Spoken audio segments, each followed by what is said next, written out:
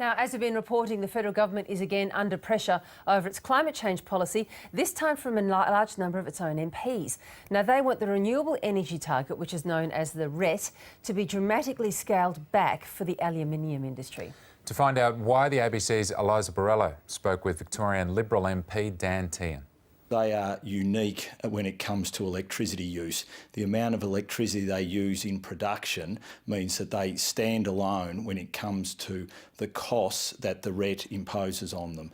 Forecast in 2017 is a $80 million cost to the sector, and individual smelters, the cost is anywhere between $10 million to $20 million. But what about glass producers, paper manufacturers? They use a lot of energy as well in their production. Should they not get an exemption too? They do, but not as much as the aluminium sector does. And the other thing about the aluminium sector, which is very important, is that they are also very important for the stability of the grid.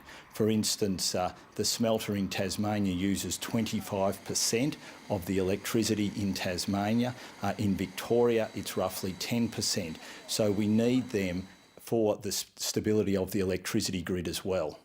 With falling electricity demand, there are estimates that Australia will exceed the renewable energy target, that by 2020 we will have gone over that 20% mark. Have you done any modelling looking at, if you gave aluminium producers a 100% exemption, whether we would actually still come in within the 20%, whether we'd still reach the 20% target?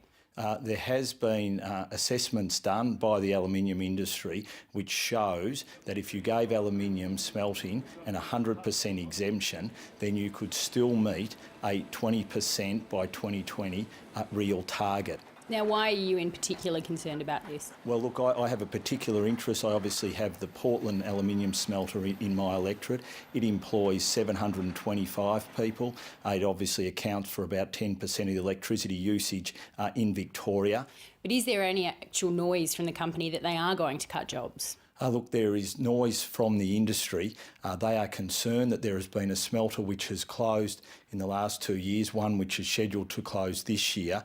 Now, you've got 25 signatures on this petition. Does that send a signal that the coalition really just doesn't want the RET? No, it doesn't. We've said, and we said before the last election, that we think that there should be a bipartisan approach to 20% by 2020. What I'm saying is, given this review, and remember this review occurs every 2 years and was put into the legislation by the Greens, that we have an opportunity to have a serious look at the RET, and if it is imposing costs which potentially threaten the long-term viability of industries, then we should take action. Dan Tehan there speaking to Eliza Borrello. Now,